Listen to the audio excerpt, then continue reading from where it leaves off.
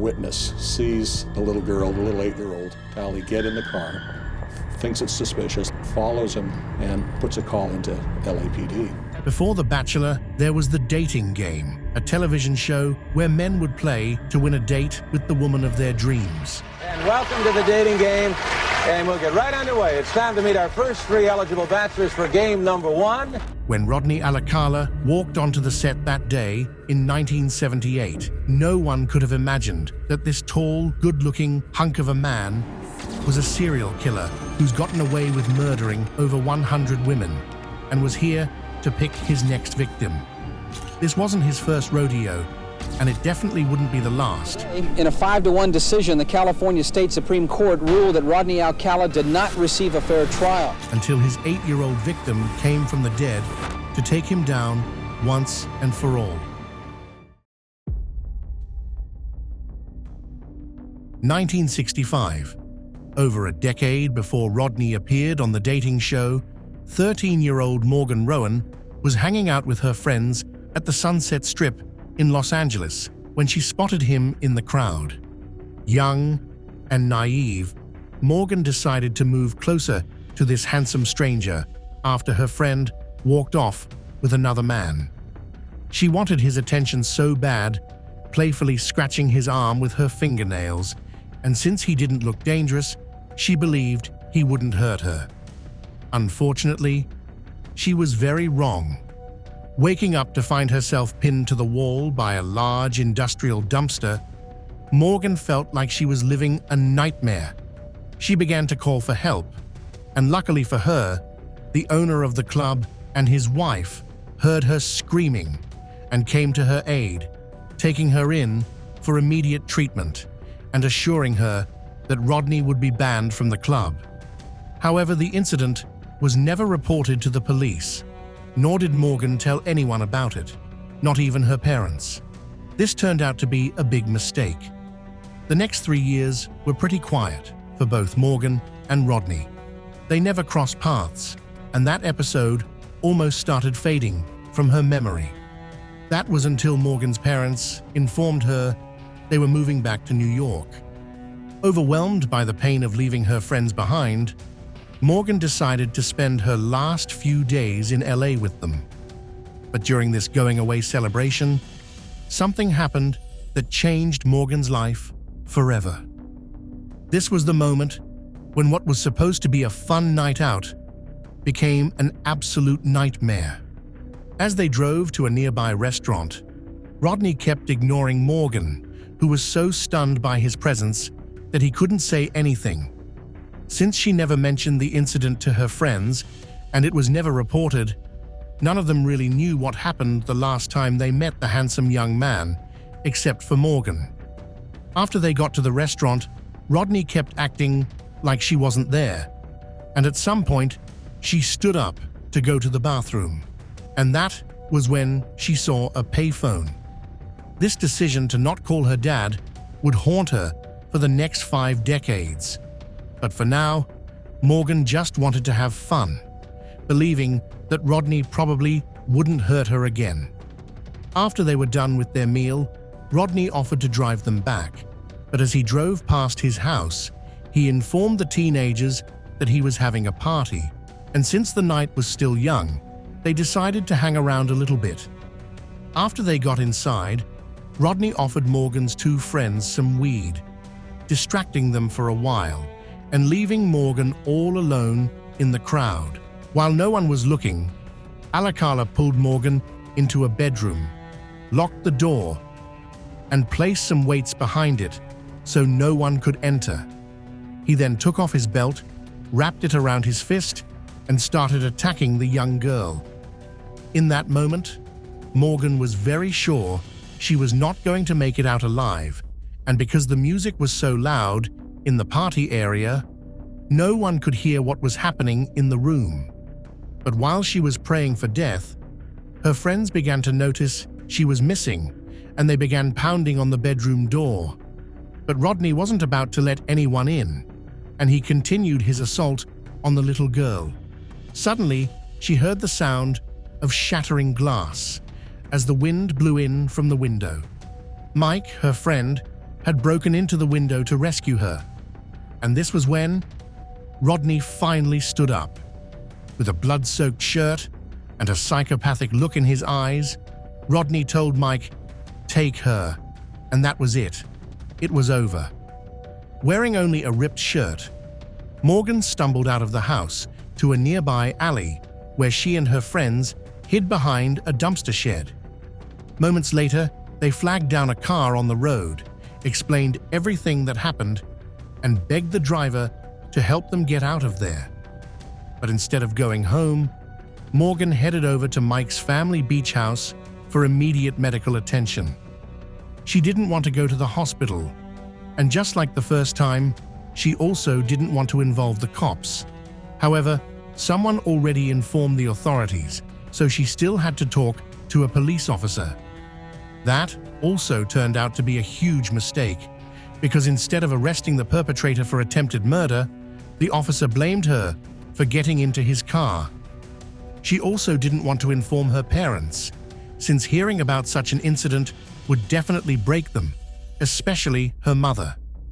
By daybreak, Morgan and her parents were on their way to New York, where the evil man would not be able to hurt her anymore, or so she thought.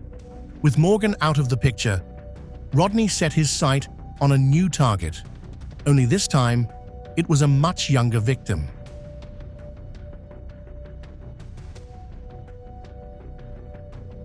September 1968. Morgan was trying to settle in at their new house in New York. The idea was to leave the trauma of LA behind, but no matter how much she ran, she couldn't escape it. On that fateful day, she picked up the mail as usual, but while sorting through, she found one particular package that appeared quite strange. It was a letter from one of her old friends who was with her that night, and inside, she saw a newspaper clipping about an 8-year-old who was kidnapped, assaulted, and almost killed by a man who looked exactly like Rodney. Although the cops arrived at the scene before he fled, they had to choose between catching him or saving the young girl's life, so he managed to get away. Morgan felt extremely guilty. Maybe if she had spoken up, told her parents about it, or pursued legal action, this monster would have been put away a long time ago. But here he was, hurting another child, and she couldn't do anything about it. She didn't even know her name, and her face was blurred, making the whole situation more complicated. Every week, Morgan would go to the library hoping to find more information about the case. But according to the newspaper reports, it appeared Rodney had vanished without a trace. Despite declaring an international manhunt, Rodney remained under the radar, and for a while, it looked like he was going to get away with it.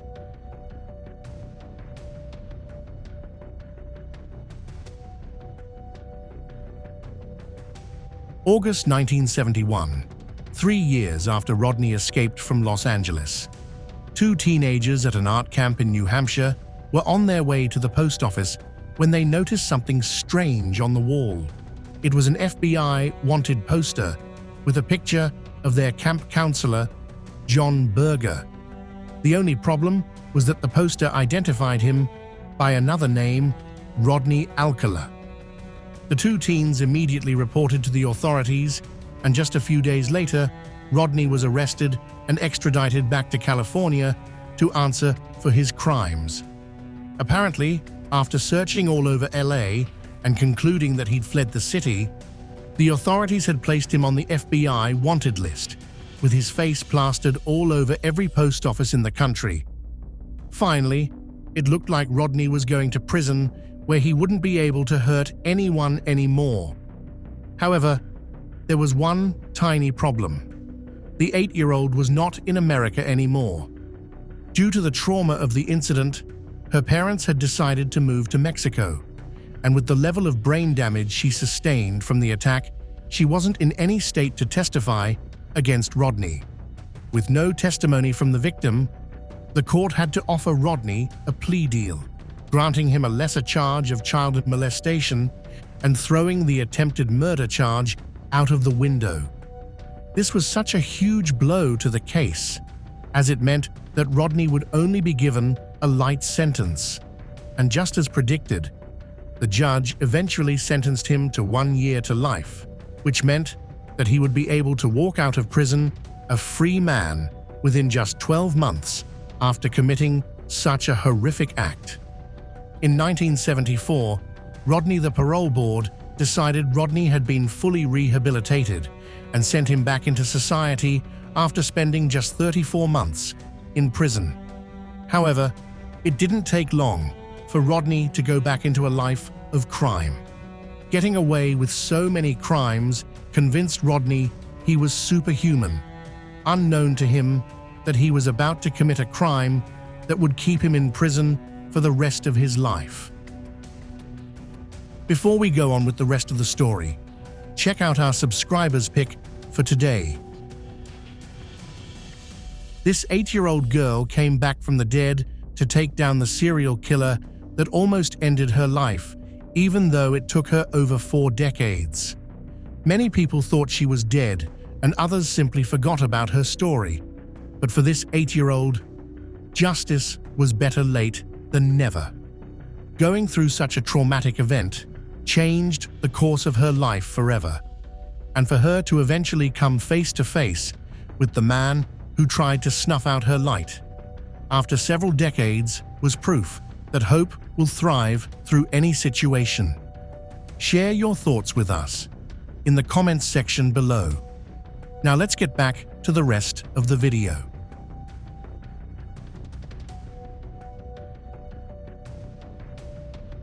Huntington Beach, June 20th, 1979. 12-year-old Robin Samsoe was hanging out with her friend, Bridget Wilfort, when they were both approached by a strange man. He was holding a camera, asking if he could take pictures of them, and since the kids didn't perceive him as a dangerous person, they permitted him to take it. But then, another person on the beach noticed the conversation from a distance, and as anyone who isn't a serial killer would think, this was quite creepy. Why was a man in his 20s talking to a bunch of 12-year-olds? Out of concern for the girls' safety, this fellow beachgoer walked up to them and asked if they were okay, and immediately the strange man saw him coming. He turned and walked away. About an hour later, Robin remembered she had ballet class that day and she was already running late. So she could make it on time, Bridget offered Robin her bicycle and she went on her way. This was where things got a little creepy. Robin loved ballet and she never missed a class, which was why her instructor was pretty concerned after she failed to show up for class that day. So she placed a call to her mum, thinking she was probably home. And that was when she got the bad news. Robin had disappeared. The next 12 days were hell for the family, as officers combed every corner of the city searching for the missing kid. But while they initially hoped she would be found alive, that hope died on the 2nd of July, when they finally found what was left of her body in the Los Angeles foothills. Unfortunately, wild animals had found her before the officers did, and there wasn't much left for her family to bury. What started out as a search for a missing child quickly became a hunt for a brutal killer. Robin's friend was brought in so they could draw a sketch of the man who approached them on the beach, as he was the prime suspect. This was the sketch they came up with, and the killer was none other than Rodney Alacala. The sketch was immediately spread across all of Southern California, and shortly afterwards, the detective in charge got a call from Rodney's former parole officer who recognized him from the sketch. The detective, who had been working an 18-hour shift, was so tired that day that he decided to check out the case file the following day. After getting home, he turned on his television where a rerun of the dating show was airing, and right there on his screen was the man he was searching for, Rodney Alacala. He ended up winning the show, which meant that he had to go on a date with the lady who was supposed to be his next victim. However, while they were backstage, the lady in question started noticing some creepy vibes from Rodney, so she decided to contact her producer, stating that she didn't feel comfortable going out with this guy. Thankfully, her producer encouraged her not to go if she didn't feel like it, and it was that singular decision that saved her from certain death. That was about a year before Robin was killed, and this time, Rodney had nowhere to run. Officers soon traced him to his mother's house, where he was arrested and taken into custody. Although they found no actual evidence linking him to Robin's murder, officers discovered the receipt of a storage container in Seattle and headed straight there to see what they could find. It turned out to be a collection of several pieces of evidence that would send Rodney to prison for a very long time. Over 100 photographs of strangers in vulnerable positions, some of whom were children, earrings and all sorts of jewelry, one of which caught the attention of the investigators. These 2 gold ball earrings, found in Rodney's collection, were said to have been worn by Robin just before her death, confirming that Rodney was definitely responsible. Proving it in court wasn't a really big problem, although it took a heavy toll on the victim's family, especially the mother. One day during the trials, she came into the courtroom with a gun, with a plan to execute her daughter's killer. For a person who had already lost everything, Robin's mother didn't care about the consequences of shooting Rodney right there in court. However, just as she was about to pull the gun out of her bag, she felt a warm touch and heard her daughter saying, "No, don't do it." Everything changed after that day. Rodney was found guilty by the jury and sentenced to death, and on the surface, it looked like the case was finally over. But things were just about to get even more complicated. Fast forward to 1984, and Rodney's verdict was overturned by the California Supreme Court. Why? Well, because the jurors had been improperly informed of his prior sex crimes, so the case had to go to court one more time. Of course, this didn't sit well with the victim's family, who just wanted to move on from the trauma once and for all. Not surprisingly, the second case was basically identical to the first. He was found guilty and sentenced to death in August of 1986. The only problem was, Rodney was convinced that he was innocent. Fast forward to 2001, and the United States District Court granted him one more chance to appeal his conviction, giving him a golden opportunity that could lead him straight out of prison. This time, the case was transferred to another investigator who wasn't going to take any chances at all. To make sure Rodney never got out of this one, he decided to explore the pictures found in his storage unit. And that was when the true extent of Rodney's criminal activities started to come to light. With the help of DNA technology, the investigators were able to match him with 4 more murders. 18-year-old Jill Barcombe, who was found dead in a Los Angeles ravine back in 1977. 27-year-old Georgia Wickstead, who was bludgeoned to death in her Malibu apartment back in 1977. 31-year-old Charlotte Lamb, who was strangled and left in the laundry room of an apartment complex in El Segundo back in 1978. And 21-year-old Jill Parenteau, who was murdered in her Burbank apartment back in 1979. Obviously, the case was an open and shut case at this point, but the prosecution had one more card to play to seal Rodney's fate. Enter Tali Shapiro. Remember the 8-year-old girl Rodney almost killed back in 1968? Well, not only did she make it out of a coma, but she grew up and became strong enough to finally tell her story in the courtroom. According to her, on the day of the incident, she was supposed to take the bus to school, but because she didn't want to, she decided to walk. While on her way, Rodney pulled up beside her and asked her to get in.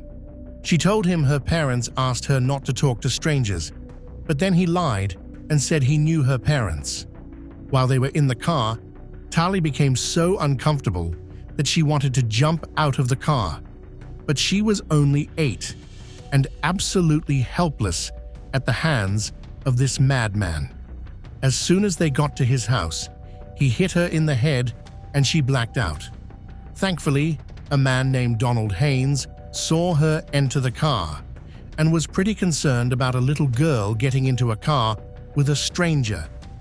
So he alerted the police about what he had seen. When the officer arrived at the scene, Rodney wasn't entirely cooperative, so he had to kick the door in, and what he found was beyond shocking. The officer had a choice: chase and catch the criminal, or save the little girl bleeding to death on the kitchen floor. He chose to save the girl, and it was that single decision that saved her life. With this testimony, it was pretty obvious that Rodney was not getting out of this one.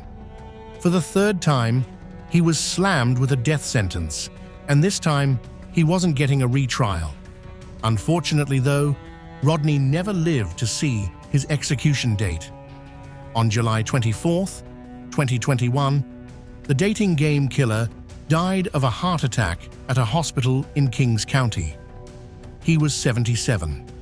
Since March 2010, authorities have been trying to identify many of his unknown victims. It wasn't until his death before Morgan Rowan came out to tell her story, revealing even more shocking details about Rodney's criminal activities. Then, in March 2011, investigators in Marin County, California, linked Rodney Alacala with the murder of 19-year-old Pamela Jean, who disappeared in October 1977 after meeting a man who had offered to photograph her. Christine Thornton is one of the most recent victims, who was identified in September 2016.